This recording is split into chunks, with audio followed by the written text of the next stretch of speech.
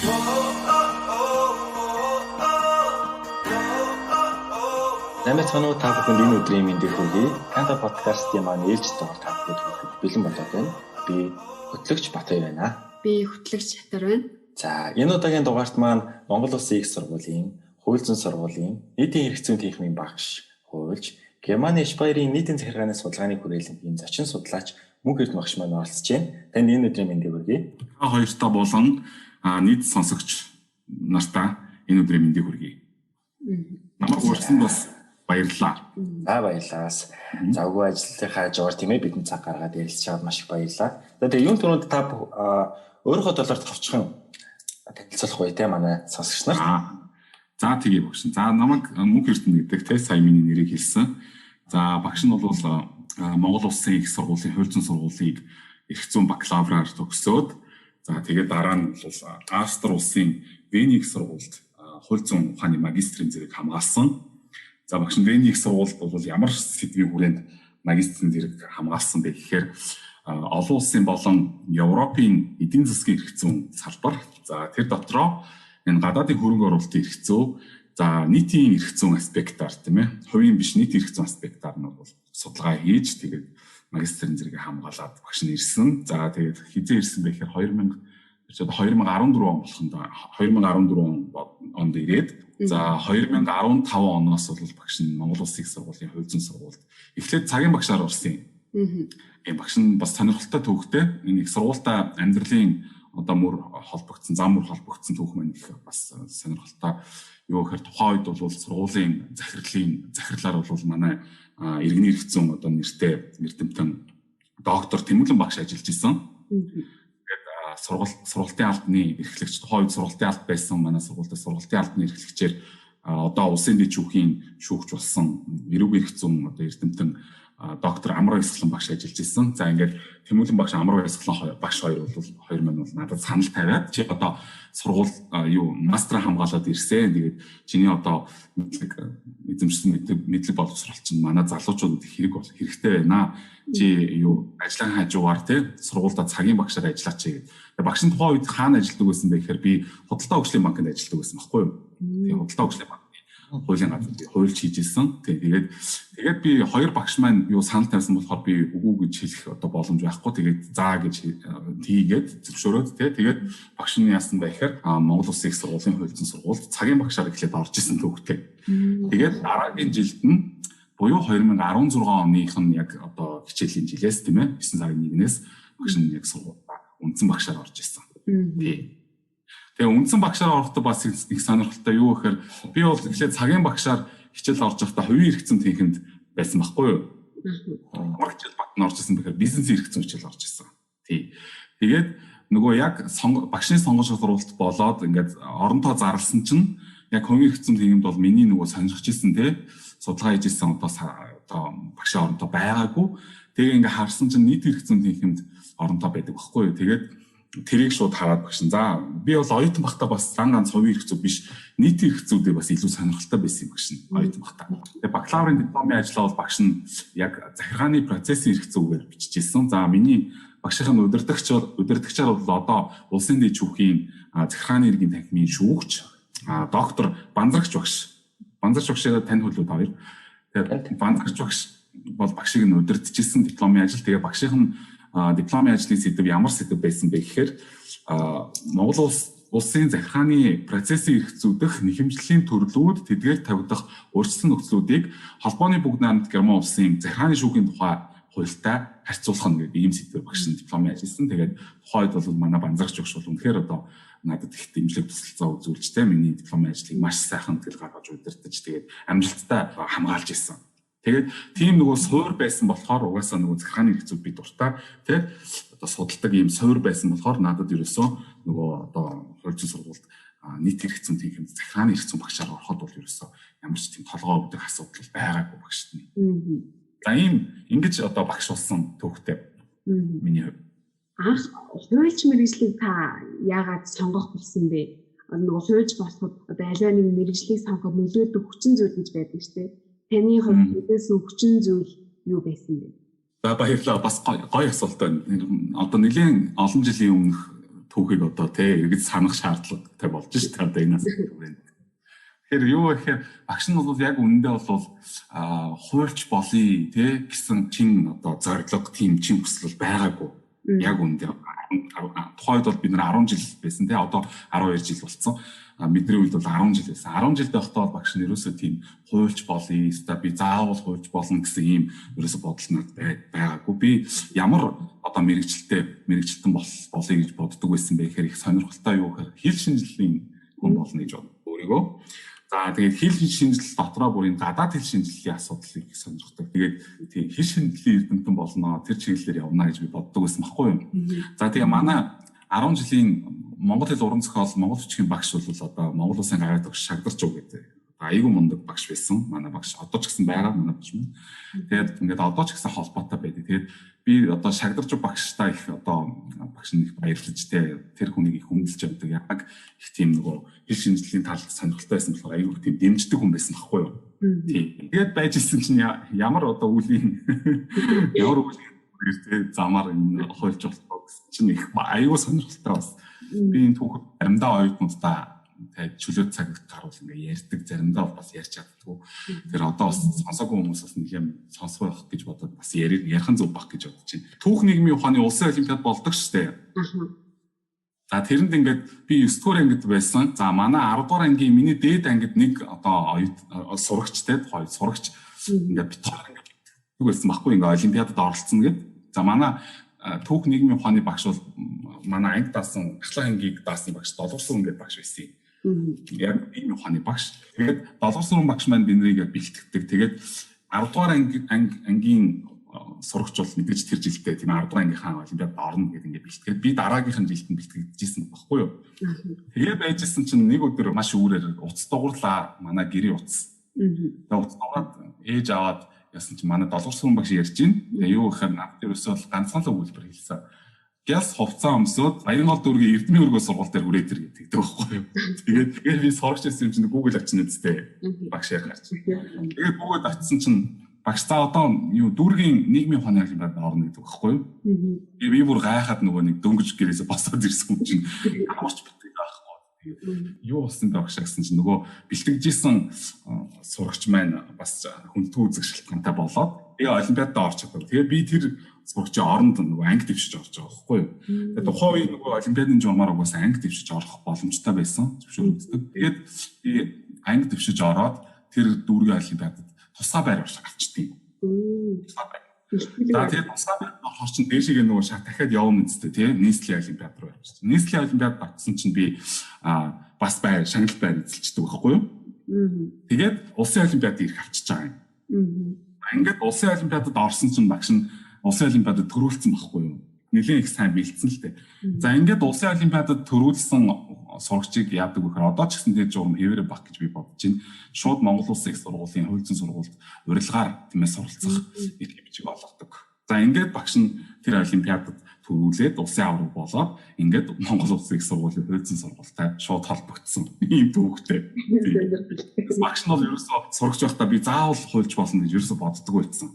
За гэхдээ яг одоо ингээд өнөөдрийн өндөрлөгөөс ингэж харахад бол тийм ээ би бол ерөөсөө энэ сонголтондоо эзэж эргэлзээгүй харамсаагүй одоо маш зөв хэрэгжлийг би сонгосон байна тий гэж ингэж бод. Дээрэс нь бас хувь хүний одоо төлөвшил талаас бас энэ хуульч мэргэжил бол надад их тийм одоо уялдаатай тийм ээ нийцэлтэй байна. Одоо жишээлбэл одоо үгүй асуудал одоо объектив хандах тий шүүмжлэлт сэтгэлгээ за тэгэл дүн шинжилгээ хийх тийм анализ хийх энэ энэ чадваруудаас үзэх юм бол энэ одоо сурагч байхдаас өөртөө суулгасан тийм энэ чадваруудаас үзэх юм бол яг хуульч байх шаардлагатай энэ чадварууд бол яг одоо надад байна гэж би бол хувьдаа тийм энэ бол миний хувийн дүгнэлт шүү тийм энэ болохоор одоо багш нь бол одоо ерөөсөө энэ мэргэжилтэд маш сайхан эзэн болохыг хичээдэг тийм энэ мэргэжлээрээ бахархдаг.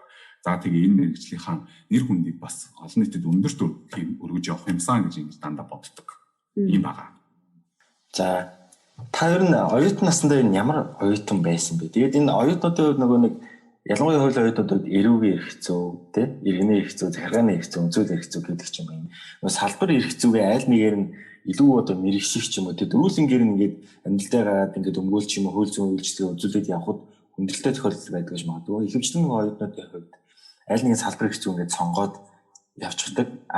Таны хувьд бол энэ сонгож судалж байгаа тий аль одоо салбар хэрэгцээ мэрэгших вэ гэдгийг хэрхэн сонгосон бэ? Тэгээд оюутнуудад юу гэж зөвлөх вэ? За баярлалаа. Гоё сонирхолтой асуулт байна. Тэгээ багш нар бол оюутан байхдаа айгүйх тийм хичээл хийдэг.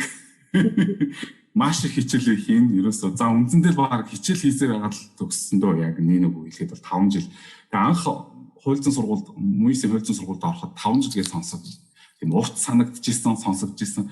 Гэтэл яг ингээд сураад байжсэн явсан чинь ерөөсөө нэг мэдгэл төгсөг болсон байсан. Тэр нь бол одоо бодоход бас их гайхалтай сонирн байдаг. Тэгээ би бас оюутнуудаа байнга хэлдэг байхгүй та нар бол 5 жил өстэй айгүй хурдан шүү гэдэг. Үнэн байгаа үстэй тий. Та хоёр ч гэсэн баг төгсөх гээд ингээд төхөд байж тий. Тэгээ ингээд багш нь бол ингээд хичээлээ маш их хийн, хичээлдээ их тийм шамддаг, дуртай. Ер нь бол би аль ч хичээлдээ их тийм сонирхолтой тий. Одоо энэ хичээл за яг хөвдэж гэж орхихгүйгээр тий. Ер нь бүх хичээлдээ юм ач холбогдол өгдөг, анхаардаг тийм оюутан байсан багш. За тэгээд шинжлэх ухааны тайлбаруудаа маш сайн уншин, тэгээд ном одоо гарын авахыг маш сайн уншин. За багш нараас их юм асуун. За зарим багш нарыг бас жоохон залхааж ийсэн ч гэж магадгүй тий. Багш нараас бас хөлцөл уучлал хүсье тий. Гэхдээ тэр бол багш нараас маш сайн юм асууж явах хэрэгтэй гэж би боддог. Одоо ч гэсэн одоо би багш байна шүү дээ. Оюутнуудаа ингээ багштай сайн юм асуугаад багштайгаа санал солилцоод тэгээ ингэж явах юм бол их гоё энэ сургах үйл явц чи өөрөө их тийм амжилттай тий үр дүнтэй бол тийм болохоор багш нь бол тэрийг нэг буруу гэж ингэж боддоггүй тэгээд өөрөө ч гэсэн тийм оюутан байсан. За тэгээд бас тухайн үеийн одоо манай сургуульч бол ангийн системтэй байсан ангид хуваар хуваагддаг тий оюутнууд ангид.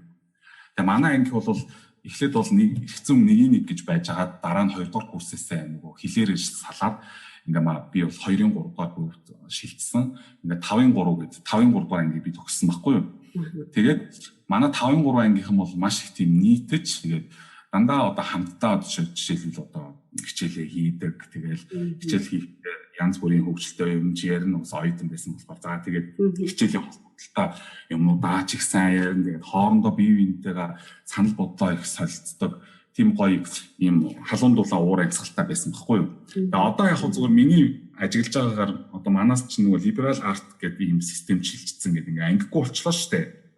Ангигүй болсон. Энэ ангигүй болцсныг багш нь жаахан би бол жаахан шүүмжлэлтэй ханддаг юм. Энэ бол нэг тийм надад миний одоо харж байгаа өнцгөр бол тийм одоо тийм оновчтой тийм яг манай монголчуудын одоо ахуй амьдрал ч гэдэг юм уу сэтгэлгээнд ч юм уу те төдийлөн тийм нийц хүч биш ийм систем байна гэж би хараад байдаг байхгүй юу. Бидний үед бол ангаараа байсан нь бол их гоё ийм нийтж уур амьсгалтай байсан. Тэгээ бие биендээ их сайхан туслаад ингээд явдаг юм байсан. За тэгээд хичээлийн хувьд бол багш нь яг уу ингээд бүгдэнд нь ач холбогдол өгдөг байсан ч гэлээ бас ингээд нөгөө нэг бүр илүү те анхаардаг хичээлүүд байж штэ. Жишээлбэл би захиргааны хэрэгцээ хичээлдээ их дуртай их анхаардаг байсан. За иргэний хэрэгцээ хичээлдээ их дуртай оюутан байсан. За яагаад ингэж дурлах болсон бэ гэхээр тухайн үед бол бас хичээл заасан багш нартай шууд холбоотой байдаг. Тэгэхээр одоо жишээлбэл надад бол захиргааны хэрэгцээ хичээлийг бол манай од гэрэл багш тийм ээ одоо миний багш од гэрэл багш за тэгээ банзрагч багш за ганц зөрг багш гэх мэтчлэнгээ тий. За үндсэн хуулийн процессын хэрэгцүүдээр бас багш нэг дуртай байсан. Тэр хичээлийг бол манай одоо Монгол Улсын гарын тулч Сарантуяа багш маань орж исэн. За иргэний хэрэгцээр бол яагаад сонирхолтой болсон бэ гэхээр манай ангид бол иргэний хэрэгцээ хичээлийг бол хин хоёрхан багш орсон юм. Айгу гоё. Нэгдүгürt бол юм багш гэж Тэмүүлэн багш маань орсон. Хоёрдугаарт бол Буян шиг багш орж исэн. Буян шиг багш. За ингээд ийм учраас бол их тийм энэ хичээлүүдээ их сонирхолтой. Тэгээд захиргааны хэрэгцээ асуудлуудыг их сонирхож судалдаг, иргэний хэрэгцээ, хувийн хэрэгцээ асуудлуудыг бас их сонирхож судалдаг ийм оюутан байсан багш нь.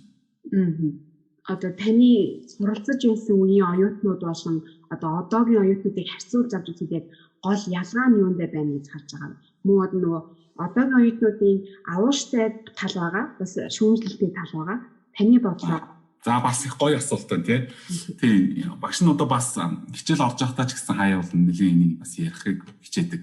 Тэгээ юу гэхээр нөгөө бид нар чинь ингээд одоо та нартай харьцуулах юм бол ингээд нөгөө оюутны амьдралыг туулчихсан тий. Туулаад үзсэн ингээд.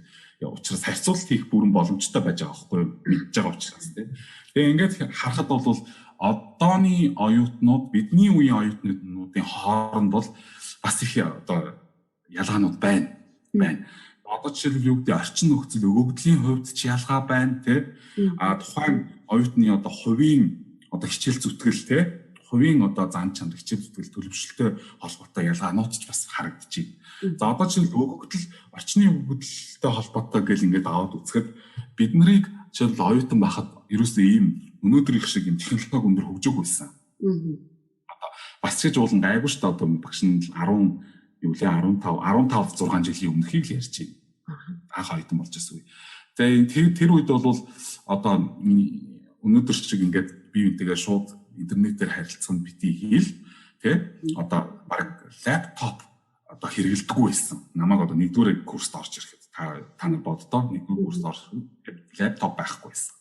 За тийм болохоор нөгөө компьютерийн хэрэглээ бол айгүй их тийм хөнөгтмөл тий одоо нэг үгүйхэд бас зарим тухайн зарим оюутнууд бол компьютер бол бас хэрэглэж үзээгүй оюутнууд бас байсан уу байсан.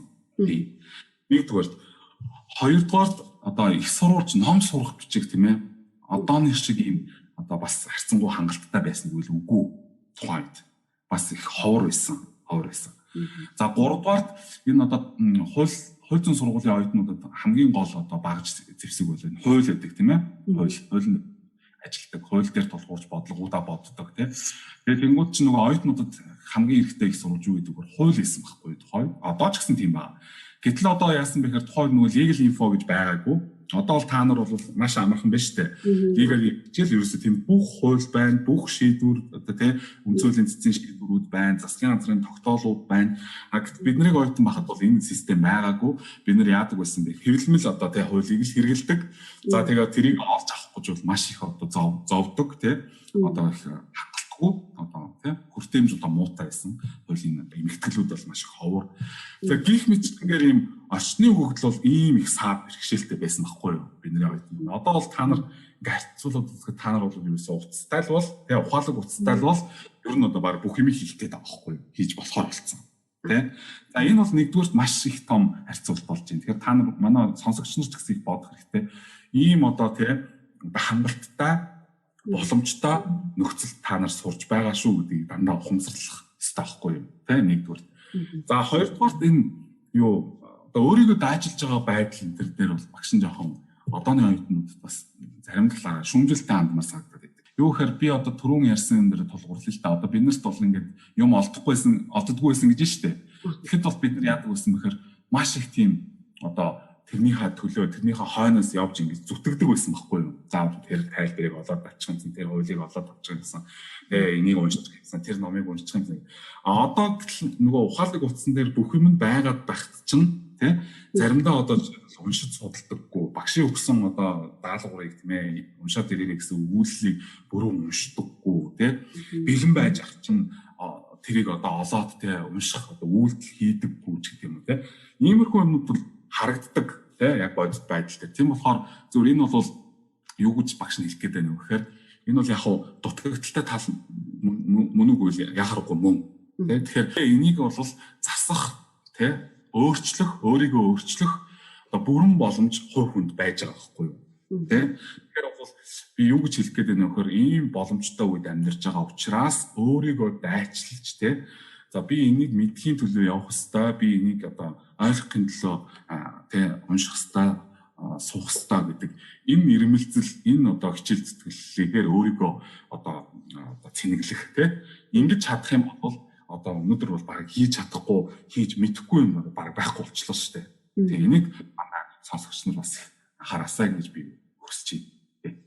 За одоо багш нарын үзэл нэмээ та сая ярьлаа өөрийнхөө хичээл өөртөө тань хичээл орж ирсэн сайхан багш нараад орслаа тийм ээ. Миний хувьд бол жишээлбэл ингээд багш нарын одоо орж байгаа хичээл дээр тухайн багш ингээд хичээлийн үеэр гоё үг хэлэх юм бол тэрийн лекцийнхаа дэвтэрний хамгийн урд ингээд бичдэг байхгүй тэр нэг тийм дурсгалтай байгаад байдаг. Тэг би юу асуух гэдэг нь вэхээр таны оюутан наснд багш нарын хэлжсэн ерөөсөө мартагддгүй тийм үгнүүд байна уу? Тэгээд тэр нь танд хэрхэн нөлөөлж одоо хэрхэн одоо мотивац болж хөдөх хүч болж ирсэн бэ? За баярлалаа. Бас гоё асуулт байна. Мэдээж байлгүй яах вэ? Яг үнэн. Одоо манай багш нар бол маш их одоо сайхан үнэтэй зөвлөмж одоо сургаал те санаануудыг бол хэлж ийсэн. За одоо жишээлбэл зүгээр яг нөгөө цэцэн үг те афоризм гэж хэлдэг ч тийм юм ч одоо хэлдэг байсан багш нар бол зөндөө. Зүгээр шууд одоо яг энэ мөчөд багшд нь санаанд орж байгаа юу гэх юм бол ийм бас нэг зөвлөгөө байдаг байхгүй миний ингэ боддог. Тэр бол хэн багш надад хэлчихсэн бэ? Бид нарт хэлчихсэн бэхээр Монголын төрийн хэрэгцэн түүх хичээлийг ордог Баярсан багш яг нэгдүгээр курсд манайд ордоггүй Баярсан багш. За тэгээ Баярсан багш юу хэлчихсэн бэ гэхээр энэ хувь хүний одоо бас зэгцтэй байдал талаас нь багш хэлдэг юм. Ингээд та нар хичээлээ юун дээр хөтэлдэг вэ гэдээ бид нараас асуухгүй юу? Тэгээ бид нар хариулна шүү дээ одоо янз бүр. За зарим нь дэвтэр дээр, зарим нь одоо цаасан дээр тий. Одоо юу гэдэг. Тэгсэн чинь багш за та нар бол та нарт би нэг зөвлөгөө өгмөр байна. Юу гэхээр та нар энэ ийм дөрвөлжин одоо шугамтай цаас дэвтэр дээр биш тий. Ингээд A2-ийн цаас аваад нэг ингээд нөгөө юутай хавц өгдөө ш нуруутай хавц өгдөө ш тийм бөмбөр. Ийм нуруутай хавц аваад нэгийг аваад за тэгээд тусгаарлагч ийм өнгийн цаас өгдөө ш бас. Өнгийн тий тусгаарлаг өнгийн. Тийм өнгийн цаас аваад ингээд хичээл болгон дээрээ за нэг 10 бичгийн цаас 10 бичгийн цаас гаргаад ингээд тэр өнгийнхаа тусгаарлагчаар тусгаарлаад тэгээд нэг хавцанд бүх хичээлээ авч явах боломжтой байдлаар тий одоо хичээлээ хөтлөж байгаа чи ингүүл их зүгээр идэм аа гэдэг санаа хэлдэг байхгүй юу. Тэгээ багш нь тэрийг ингээд яг сонсцоод нэрээ тийм байна. Би бол тухайд өөрөө бас дэвтэртэй явдаг байсан. Дэвтэр дээр бичдэг. Тэгээд тэрийг болоод за Баярсан багш хэлдэг яг үнэн юм байна. Нэг хавцсан дээр ячхан бол ерөөсө бүх хичээл нэг хавцанд багтчих юм байна. Тэгээд одоо мартад санахтаа орхих юм байхгүй юм байна. Тэгээд цэгцтэй юм байна. Айгуу гой цэгцтэй болох юм байна. Дараа нь хадгалсан ч гэсэн хичээлүүдэд хадгалсан ч гэсэн их ойлгомжтой болох юм байна гэдэг. Тэгээ багш нь яасан бэ гэхээр ерөөсөө тэрнээс хойш дэвтэр жишээ хэрэглэхэ болсон. Тэ дандаа хавцтай тэгээд тэр хавцандаа хичээлүүдээ ингэж хийж явдаг. Тэгээ одоо ингээд харахад бол яг миний бүх хичээлүүд оюутан байх үеийн бүх хичээлүүд хадгалаатай байдаг байхгүй багш нь ерөөсөө хайдаггүй. Тэгээ хаяа тэр хичээлийнхаа одоо тэ дэвтрийг үзэхэд их гоё одоо мартцсан юмыг сэргээн сануулна тий. Тэгээд эргээд харахад бол одоо жишээл Баярсан багшийн тэр зөвлөгөө бол их тийм гоё одоо хувь хүний зохион байгуулалт зэгцтэй байдал талдаа тий гоё зөвлөгөө ерөөсөө. Тэгээ оюутнуудаа ч гэсэн би хаяа бас хэлдэг байхгүй тий ингэж хийвэл зүгээр юм биш шүү. За гих мэтлэнгээр за тэгээд одоо юу гэдэг хэлдэг байсан зарчмын одоо зөвлөмжүүд тий одоо юу гэдэг хуульч хүн бол их тийм шудраг гэсний одоо мэдрэмжтэй шудраг гэснийг нэлж чаддаг. За тэгшэрхийн одоо тий тэгшэрхийн мэдрэмжтэй. За альва асуудалд бол объективно буюу одоо бодиттой хандж чаддаг тий. За мөн түнчлэн одоо нэг тал руу туушрах биш тийм ээ одоо шүүмжлэх сэтгэлгээтэй аль талаас нь юмыг дүгнэхийг хичээдэг тий туйлбаргүй биш тийм ээ одоо нэг гаргасан одоо шийдвэртэй үнэнч байх ч гэдэм үү тий энэ одоо зүйлүүдийг бол манай бүх багш нар юм биднэрт хэлдэг байсан тий за ялангуяа бол бүр хүчтэй хэлдэг байсан багш бол манай Сэлэнгэ багш байна Сэлэнгэ багш за Саран туяа багш маань байна Тэмүүлэн багш маань байна гэд ингээд ярих юм бол тийм ээ. Тэг. Бүгд багш нар бол ер нь одоо хэлчихсэн. За ер нь тэгэл багш нар бол оюутнуудыг хөгжүүлээ, сайн болгоё гэж ер нь боддөө шүү дээ бүх багш нар. Тийм. Тэр чигээр л одоо ч гэсэн багш нар тэгж явж байгаа хөл гэж би итгэж байна. За арай хувийн шинжтэй асуул. Таны бие болоод оюун санаанд хортой гэдгийг мэддэг мөртлөө одоо хийхээ болдоггүй зүйл байдаг уу? Хор хөнөөлтөй гэдгийг мэддэг мөртлөө юу? Аха. За багш нь бодоод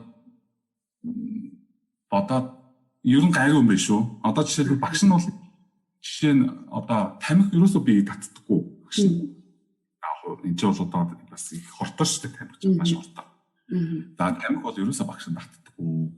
За согтууруул ундаач гэсэндээ багш нь ерөөсөө тэгж одоо хэтрүүлж хэрэглэхтэй тийм юм. Тэрийг үндсэндээ би бол таатаа хүлээж авдаггүй. За яг юу юм бэ? Чихэрлэг зүйлс багш нэг дуртай. Энэ жоохон буруу зуршил байж болох юм байна. Сая гинт бодоод байсан. хүчтэй юм чихэрэнд дуртай тий. Одоо гой амттай чихэр аюу хийчих гэдэг тий. Энэ бас жоохон дутагдaltaй тал юм биш үү? Ааха. Араг хүн болгонд байдаг баха. Бараг тийм байж магадгүй тий. Ааха. Таны яг хобби гэвэл юу байх вэ? Нууц ишэл нууц авьяас танд байгаа юу? Багш нь тийм багш нь бол их дуулах дуртай. Тийм би дуулах дуртай. За мөн түнчлэн бүжиглэх дуртай. Тэгээд төрөлхтөнд хүмүүс бол нэг мэдээд байдаггүй тий. Багш нь бол дуулдаг одоо жоохон ядарсан үедээ стрессцэн үедээ тий. Яаж тайлдаг вөхөр ер нь бол ихвчлэн дуулдаг шүү багш нь. Тийм айгуу гоё ингээд одоо хөгжмийн зохиолчдын бүтээлийг сонсох, эсвэл хөгжмийн зохиолчдын бүтээлийг аялах, тэгээ дуулах энэ бол хамгийн одоо сайн стресс тайлдаг арга гэж байгаа байхгүй юу? Олон улсын шүүгчдийн холбоо гэдэг байдаг байхгүй юу? Олон улсын шүүгчдийн холбооны одоо чуулган бол жил болгоо ингээд өөр улсын холбоодод болдог. Тэгээд санджаагаар хамгийн урьдчилан жилийн чуулган баха. Олон улсын шүүгчдийн чуулган. Тэн дээр бол нөгөө шүүгчдийн стресс менежментийн асуудлыг ярьсан байгаа байхгүй юу? Стрессээ яаж тайлбарлах вэ? Тэгээд ямар хамгийн сайн аргууд байна гэсэн чинь тэр нөгөө гарын авлага интерес багш нь уншсан. Нэгдүгээр чинь дуулах гэж байгаа яг. За хоёрдугаар дугуй унах. За гуравдугаар бүжиглэх гэж байгаа байхгүй. Тэгэхээр өөрөөр хэлбэл юу гэж нөхөд дандаа энэ чинь хүнээс энерги шаардлагатай хөдөлдөг, тэгээ хөлсөө гаргадаг ийм энэ үйлдэлүүд чинь өөрөө хүнийг одоо сайхан амраадаг, тэ стрессийг тайлдаг, тайван болгодог байхгүй. Тэгээ багш нэрээ бас 100-ны одоо нэг амралтын үеэр бол дугуй бас ундаг багш нь. Манай Улаанбаатар хотод яг хөтэ нэг асуудалтай дугуйн зам байхгүй тий дугуйн хот бол эрсдэлтэй болчих шүү дээ. Тэгээ манай хотын удирдлагууд уул нь бол энэ дугуйны зам энэ төр сайн байх тий тэгж чадах юм бол энэ дугуйн замыг шийдэж чадах юм бол энэ замын хөдөлгөөний ачаалал багасах, төвжрэл буурах магадлал өндөр байхгүй юу. Гэтэл манайх ерөөсөө энэ дугуйн зам зүрхсэн ачаалал хөдлөхгүй байгаа даа. Тэгээ яг багш нар зүгээр 100 дугуйгаа унахтаа бол ингээд тогтцсон одоо цээжилсэн замтай айгу өрсөлдсөн. Тэгээд яг тэр замаараа унаал явдаг. Эрүүл мэндэд ч бас тустай шүү дээ, тий? Тийм тустай. Тийм. Яг өвгөл унах гэхээр манай нөгөө өвглийн цагаа гарч ин бид нар бүгд мэдж байгаасаа би амар стресс хийж одоо ирсэн. Өвгөл бол дугуй унах юм шиг боломжгүй болчиход байна л да. Тэгээд юм соёо ядаж зуны хаврын тий намрын энэ одоо саруудыг бол ашиглаад дугуй унж ирэх сайн гэж бас бодоод байгаа юм. Тийм. За дараагийн бүлэг одоо том асуултыг асууя гэж бодож байна.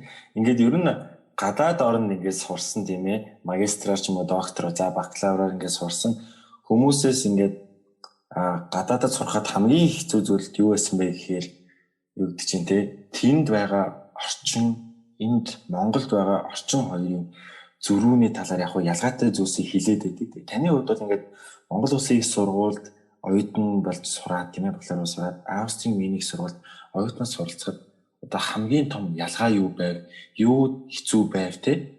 Ямар чадвар одоо дутуу байснаа мэдв. Тэгээ ямар чадвар нь Монголд сурснаа ямар чадвар нь тэнд бас хэрэг болов гэдгийг асуусан. За бас гоё асуулт байна те.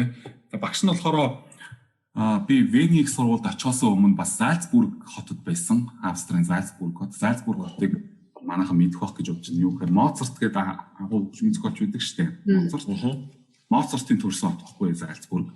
Тэгээд Зальцбургт багш нь бол 3 сар байсан эхлээд. За тэнд бол ямар учиртай байсан бэ гэхээр Зальцбургийн их сургуульд эрх зүй ба эдийн засаг гэдэг хөтөлбөр байсан байхгүй юу? Зуны сургууль гэх юм уу та.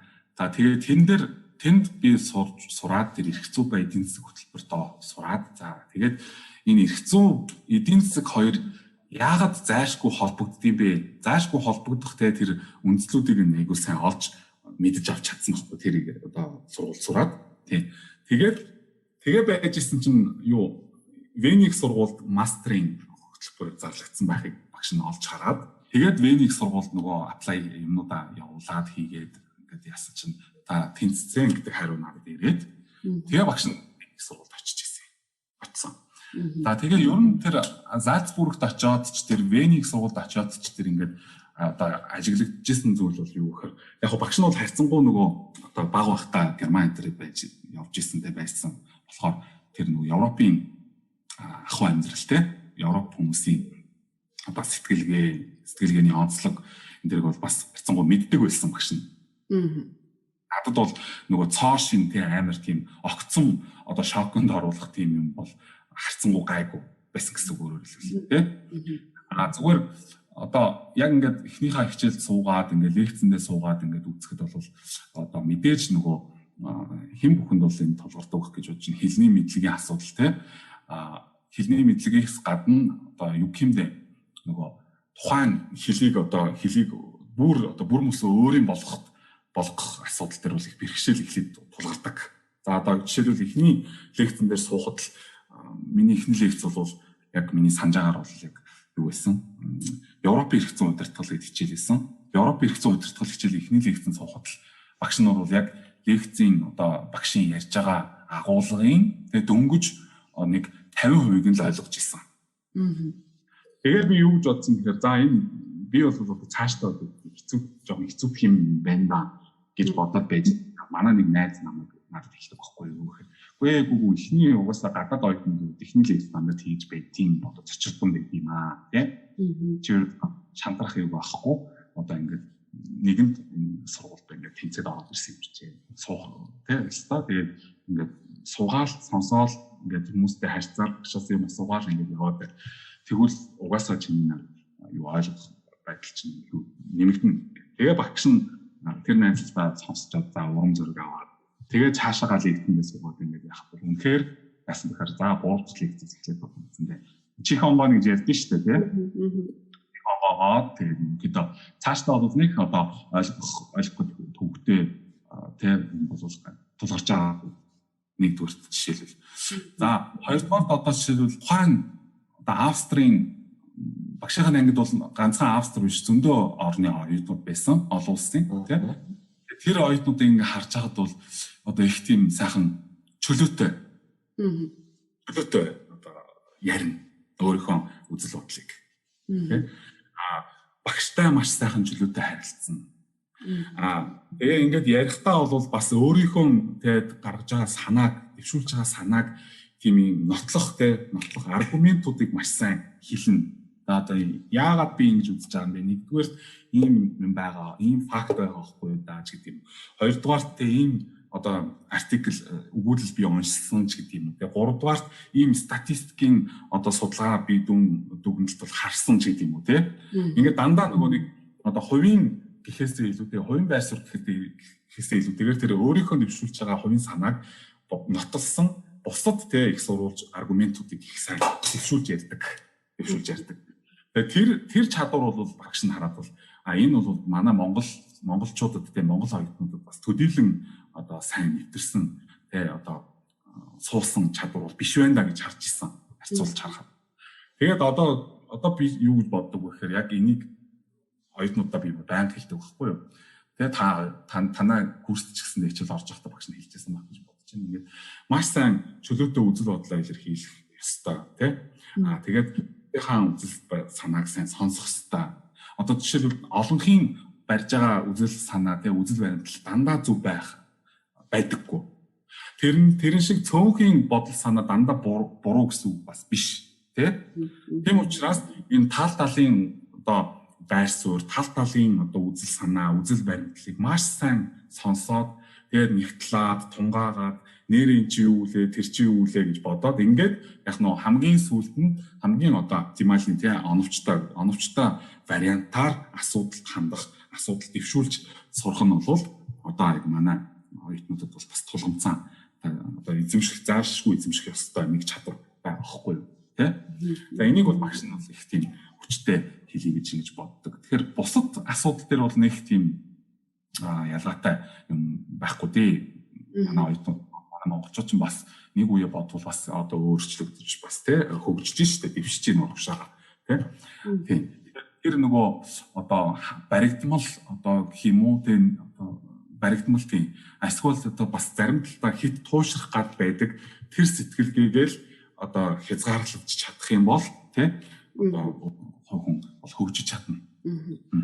хуульч хүний хувьд одоо нөгөө шивэстэй байх, тэгээ нөгөө хууль жимж гэдэг мэргэжлүүд нөгөө одоо шивэстэй байх нь одоо буруу юм а, зөв юм а гэсэн хүмүүс байдаг штэ. Таны хувьд энэ талаар юу гэж боддог вэ? Ер нь Монгол улсад болон одоо гадаадын улс орнуудын хэр ялгаатай юм шиг танд санагдсан бэ? Ойлголоо бас гоё асуулт байна. Тэгэхээр энэ шивэс хэрэг асуудал бас юу одоо тодорхой цаг хугацаа тэгээ тухайн нийгмийн одоо хандлага тэр нийгэмд тэр цаг хугацаанд энэ шивэсийг юу гэж үздэг байсан бэ гэдэг хандлагууд их өөр байж байгаа байхгүй юу? Нэгдүгээр шүү дээ. Одоо жишээлбэл манай социализмын үед бол энэ шивэс бол хамгийн одоо муухай бүдүүлэг зүйл байсан. Одоо жишээлбэл одоо шорон суулсан ч юм уу гэмтэр гүр тийм хүмүүс бол шивэс хилэгдэг гэдэг ойлголт бол социализмын үед бол яг баттай тогтчихсон байсан. Одоогийн нийгэмд бол энэ шивэс бол үндсэндээ бас зарим талаар урлаг болж хөгжөөд байна шүү дээ. Нэг урсгал болчиход байна. Гэхдээ ингээ үзэхээр бол эндээс нэг бас дүгнэлт гарч байгаа юм. Ерөөсөө түүхэн цаг үе болгон харилцаа адилгүй. Зарим цаг үед бол тэрийг үгүйсгэж одоо байхад зарим цаг үед бол тэр нь бол илүү одоо үнэт зүйл болоод бараг одоо тухайн нийгмийн одоо олон хотод нь хүлээн зөвшөөрөгдсөн зүйл болоод хуурсан байхыг үгүйсэхгүй. Тэгэхээр энэ зүгээр багш нь юу гэж хэлэх гээд байна вэ? Мэдээж бол зүгээр хүн болгоны хувьд бол шивэс хийх, хаана шивэс хийх гэдэг тэр тухайн хувь хүний асуудал мөн үү мөн.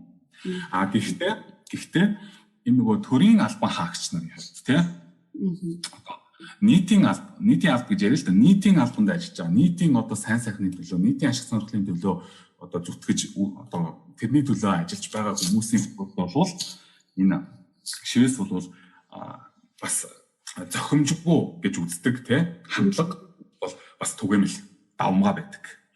За одоо энэтэй холбоотой багш нэг юу кейс санаанд орчлоо. Одоо Германд жишээлбэл маш олон кейсүүд гарч байгаа байхгүй юу? Цагдаагийн албан хаагч ингээд бугуун дээрээ шивэстэй ингээд цамцнаас ингээд харагдаад байдаг. Хүзүүн дээрээ шивэстэй, толгоон дээрээ шивэстэй. За ингээд тэр шивэстэй ажилтнуудыг юу цагдаагийн албан хаагчийг ажлаас халсан одоо кейс эсвэл ажилд орох гэсэн чинь шивэстэй байна гэх юм шиг шивэстэй үнийг манай цагдаагийн албанд авдгүй маа гэдэг ингээд түүнтэй холбоотой бас кейсүүд маш олон кейс гарч ийн Германд жишээ. Тэгэхээр Германд бол шүүхээс юу гэж үзээд байна вэ гэхээр энэ бол төрийн одоо нөгөө бас одоо харагдах байдал гэж байгаа байхгүй юу? Энэ их манай Монгол улс энийг төдийлөн хүчтэй ярьдаг юм. Одоо төрийн албан хаагч, нийтийн албан хаагчийн харагдах байдал нэгдүгээр харагдах байдал. Хоёрдугаар нийтийн албан хаагчийн төвийг сахих үүрэг. Энэ ойлголтууд айгүй хүчтэй яригддаг. Манай Монголд бол энэ төрийн албаны эрх зүйн хүрээнд бол энэ ойлголт нэг тийм төдийлөн хүчтэй бас яригдахгүй байх шүү. Багш нь ерөөсөө энэ талаар одоо артиклтэй өгүүлэн төрүүд нэг уншиж байгаагүй юм байна ингээ одоо санаад байна.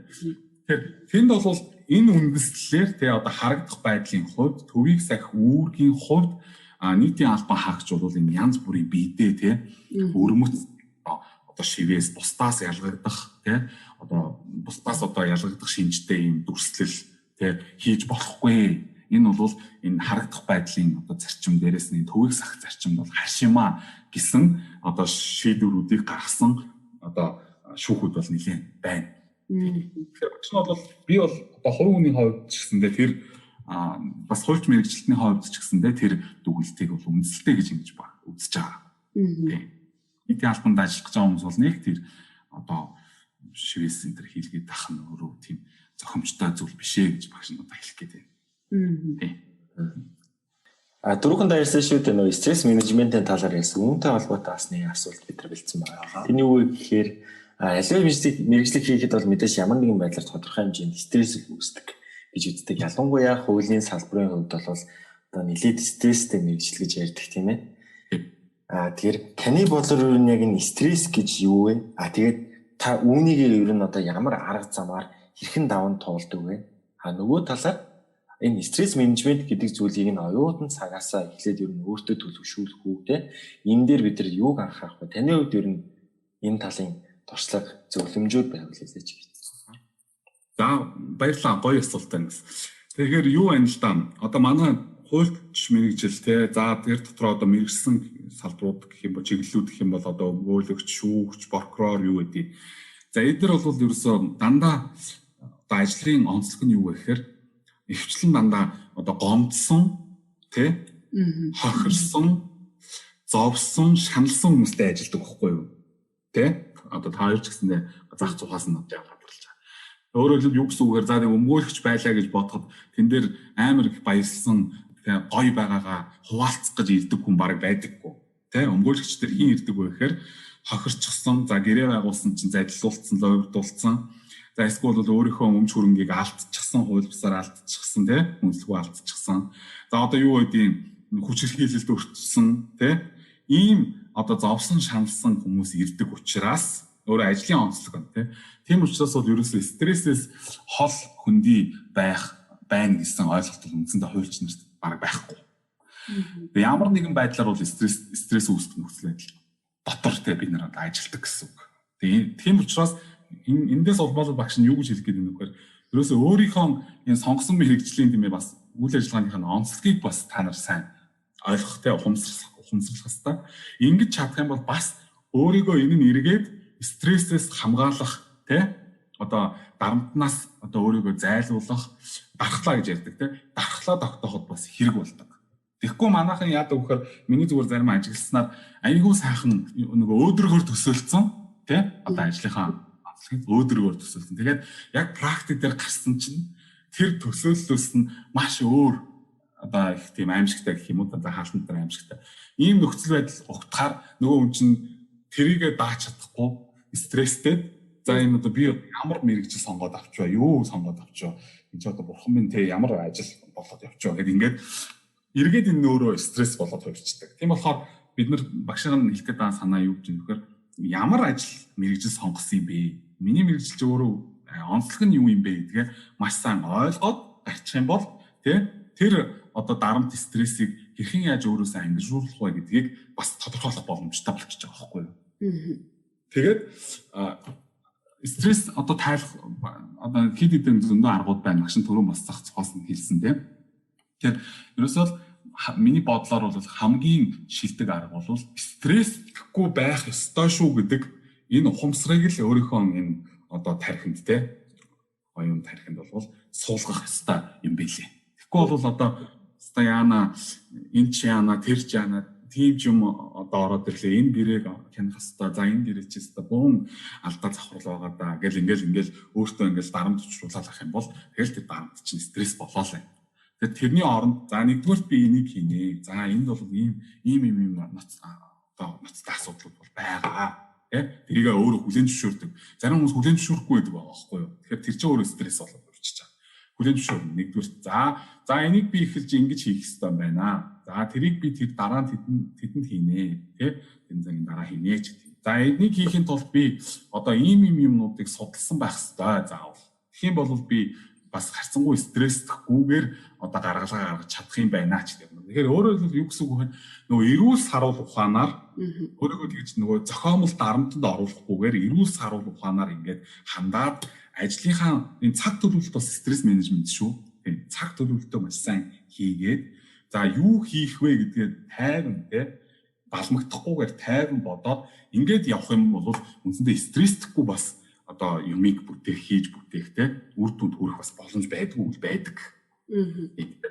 Өөртөө тэр одоо чадварыг л манай оюутнууд маш сайн суулгах хэрэгтэй байж байгаа. Зохиомл стресс дарамт юусоо үүсгэж болохгүй өөртөө. Тэгэх юм бол тэгэл юм чинь бүтгээ ойлол тэр зохиомл стресс дарамтанда өөрөө богдоод тэгэл ундаг. Ийм баа шүү заа юм. Ер нь нэг асуудлыг угаасаа шийдвэрлэх ёстой байх хуульчид байгаа шүү дээ тийм ээ. Хуулийн асуудал. Тэгэхээр хуулийн асуудлыг шийдвэрлэх ёстой хүмүүс нь асуудал байгаад бухимдана гэдэг чинь өөрөө нэг талаараа бас ер нь бол тэрийг хүлээн зөвшөөрж ижил энэ ажлыг хийх гэсэн санаа тийм ээ. Тэгж чадах юм бол аль болох стрессгүй байж чадна тийм. За манай хамгийн сүүлийн асуулт энэ бол үжил бодлоо илэрхийлэлтэй холбоотой. За манай оюутнууд бол таныг ер нь бол мэддэг хүмүүсийн хувьд бол сайн мэдэх байх. Сошиал медиад бол маш идэвхтэй өөрийн дуу хоолойгоо илэрхийлдэг цав үгүй юм байдал тийм ээ. Яг хуульч хүний өнцгөөс үнэлт гаргаад түүнийг ингээд хуваалцдаг гэдгийг бол бид мэднэ. Тэгэд энэ тохиолдолд би юу асуух гэдэг нь вэхээр энэ олон нийтийн болоод цөөнхийн гэсэн асуудал дандаа нэг ямар нэгэн зүйл хэрэг яригдчихэд. Энэ тохиолдолд ер нь цөөнхийн талд орж байгаа ч юм уу те хүмүүс нь дамж хал ямар байдлаар танд ер нь ирж исэн бэ те нөгөө талаар ер нь энэ үзэл бодлоо илэрхийлэхэд бид юуг анхаарах вэ? Нөгөө талаар бусдын үзэл бодлыг бүлээн зөвшөөрөхөд бидэнд ямар сул тал байна вэ?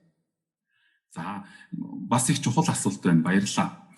За юу вэ? Эхлээд багш нэнийг ярихаас өмнө одоо жишээлбэл сая манай хоёрын хэллээ. Би бол сошиал медиа бол маш сайн идэвхтэй ашигладаг. Тэгээ ер нь сошиал медиаг идэвхтэй ашиглах хэрэгтэй гэж энэ багш нь өөрөө боддог. Хувийн талаас сайн ашиглаж явах хэрэгтэй. Тэгээ нөгөө ашиглах нь үр дүнтэй ашиглах хэрэгтэй байхгүй юу? Тэгээ үр дүнтэй. За тийм болохоор багш нь бол ингээд янз бүрийн одоо нийгмийн асуудал, хууль эрх зүйн асуудал, тэгээ одоо хууль зүйн шинжилгээ ухааны асуудал ч гэдэм үү.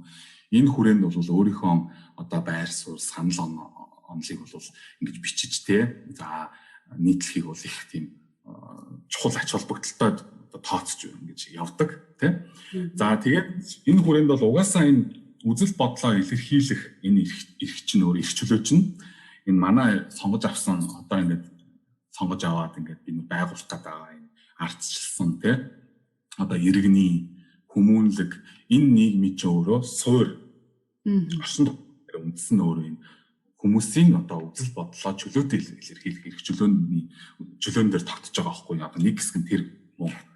За тийм учраас айл болох одоо хүмүүсийн үзэл бодлыг бол маш сайн хүндэтгэлтэй сонсох, хааж боохгүй байх тий тэр чиглэл рүү бол анхаарч ах хэрэгтэй. За энэ хүрээнд бол одоо янз бүрийн одоо үзэл санаанууд гарч ийн л да. За жишээлбэл одоо сүүлийн үед хамгийн одоо хүчтэй яригдж байгаа манай хууль зүйн салбарт бол энэ жишээлбэл шүүхийн тухай хууль шүүхийн тухай хуулийн шинжилсэн хариулга ч гэх юм уу. За захиргааны хуулийн нэмэлт өөрчлөлт энэ ч гэх юм уу тий. Энэ болгонд бол багш нь ерөөсөө одоо салбарын мэрэгчлэлтний хувьд тийм судлаач багшийн хувьд одоо байнга өөрийнхөө одоо үзэл бодлыг илэрхийлж ирсэн. За одоо ч гэсэн илэрхийлээд явж байгаа тий. За энэ хүрээнд бол багш нь түрүүн бас хэлж ирсэн. Мэдээж бол энэ аливаа асуудалд бол талууд одоо ялгагдаж хуваагдах нь ойлгомжтой. Нэг талууд хуваагдана. Одоо 3 тал ч 5 магадгүй заримдаа 10 тал болж хуваагдахыг ч үгүйсэхгүй нэг асуудал дээр. Тэ? Тэн дотроос бол нэг зүйлийг бид нэр их сайн анхаарах хэрэгтэй. За олонх дэмжиж байна гэдгээр энэ үзэл бодол хамгийн зөв юм байна гэж туушиж болохгүй. Энэ бол маш чухал дүрэн байгаа да сонсогч нараа. Тий. За юу гэдэг за 12 тал болоод хуваагдсан байлаа гэхэд нэг талыг нь за 70% нь дэмжиж байгаа, нөгөө талыг нь 30% дэмжиж байгаа гэж бодох юм бол тий. Одоо тоон харьцаагаар. Тийм бол за 70%-ийг нь дэмжиж байгаа учраас хамгийн зөв үзэл санаа гэж яг нь туушиж болохгүй гэсэн үг миний хэлэх таасан. Тэр цөөнх болсон тэр 30% чи юу хэлээд байна вэ? Ямар тий нюанс, ямар одоо аргумент төвшүүлээд ингээд олонхтой зөрөөд байгаа юм бэ гэдгийг нь маш сайн яг нь тунгах эргцүүлэх хэрэгтэй. Ингээ энэний үндсэн дээрээс за энэ талынх нь хэлээд байгаа үнэхээр үндэслэлтэй юм байна. Энэ нөгөө талынх нь үндэстэй юм байна гэх юм уу те. Тэгж дүгнэлт хийж одоо үзэл бодлороо ялгарах те. Нэг дэмжих ийм байдлаар явах хэрэгтэй. Зүгээр түрүүн асуусан асуултанд нөгөө ямар бэрхшээлүүд юм энэ хүрээнд гарч ийн гэхээр бэрхшээлүүд харагдаж байна. Жишээлх юм бол одоо ингээд Facebook дээр хүмүүс өөрийнхөө үзэл бодлыг бичиж штэ. За зарим нь зөв бичин, зарим нь буруу бичин. За тэр хамаагүй те зөв буруу хамаахгүй. Ингээд бичиж чинь. За доор нь ингээд нөгөө коммент хийдэг штэ.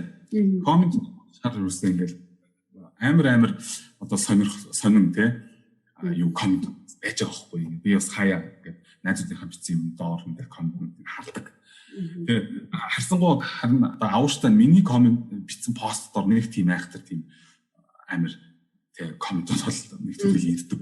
Гэтэл одоо зарим хүмүүсийн комментээр бүр илэрхий одоо жишээ юу гэдгийг гүтгсэн тий илэрхий хүний шинжтэй доромжилсан дайрсан тий за нөгөө асуудал бичсэн асуудалтай нь юусэн холбоогүй ямар ч холбоогүй юм бичээд ингээд бас дайраад иддэг хүмүүс бас байдаг тий нөгөө бичсэн хүн чинь шал өөр юм ингээд бичсэн баг чинь доотлолт нь комментэн дээр бүр тэс өөр тэмээгээ бичсэн ямаагээ бичээд идэг бас хэрүүл хийгээд идэг хүмүүс байж байгаа байхгүй. Тэр энэ юу гэж хэлэх гээд нөхөр энэ бол өөрөө үзэл бодлоо илэрхийлж чинь гэсэн үг биш. Энийг бол маш одоо тодорхой ойлгох хэрэгтэй байна. За тэр хүмүүс явахтай өөрсдөө үзэл бодлоо илэрхийлж ийн гэж ингэж төөрөгддөг бах. Гэтэл үзэл бодлоо илэрхийлнэ гэдэг чинь би түрүү хэлсэн. Тухайн одоо юутай бичсэн зүйлтэй холбоотой, тухайн одоо үзэл санаатай холбоотой, сэтгэлтэй холбоотой асуудлаар за өөрийнхөө юу гэж бодож байгаа вэ гэдгээ ойлгомжтой, тодорхой, тэгээд аль болох нотлогоотой, үндэслэлүүдтэй, бичих юм бол тэр өөрөө нөгөө рационалтай ухаалаг одоо байдлаар үзэл бодлоо илэрхийлж байгаа нэг хэлбэр болж байгаа байхгүй юу. Тэгэхээр оюутнууд ч гэсэндээ энэ намайг сонсож байгаа бид гурыг сонсож байгаа сонсогч нар ч гэсэндээ одоо цаашдаа бас энэ үзэл бодлоо илэрхийлэх. За энэ бол мэдээж би түрүү хэлсэн энэ бол эрхчлөө мөн яхахгүй мөн энийг хааж болохгүй. Гэхдээ өөрийнхөө үзэл бодлыг илэрхийлэхдээ бусдад хүндэтгэлтэй, өөртөө бас хүндэтгэлтэй. За тэгээд бусдын одоо үзэл бодлыг үүсгэх гэж байгаа бол яагаад чухам ямар учраас ямар үндслээр үүсгэж байгаа юм бэ гэдэг маш тодорхой бичиж сурах хэрэгтэй байж байгаа. Энэ бол өөрөө бас хувь хүний нөгөө сэтгэлгээний одоо хүрсэн өндөр түвшин дээрээс нь хувь хүний соёлтой бас хамааралтай байдаг. За багш нь ингэж хэлмээр байна. За энэ хүрээд манай Канта подкастны маань дугаар өндөрлж байна. За бидний урилгыг хүлээн авч манай подкастт хүрэлцэн ирж оролцсон танд бол маш их баярлалаа. Таны цаашдын ажил хөдөлмөрт тань өндрөөс өндөр амжилтыг хүсье. За баярлалаа. Намайг урьж оролцуулсан ийм сонирхолтой подкастт оруулсанд багш нас их баяртай байна. Ингээд та хоёртоо болон нийт сонсогч нартаа бас амжилт хүсье. Баярлалаа.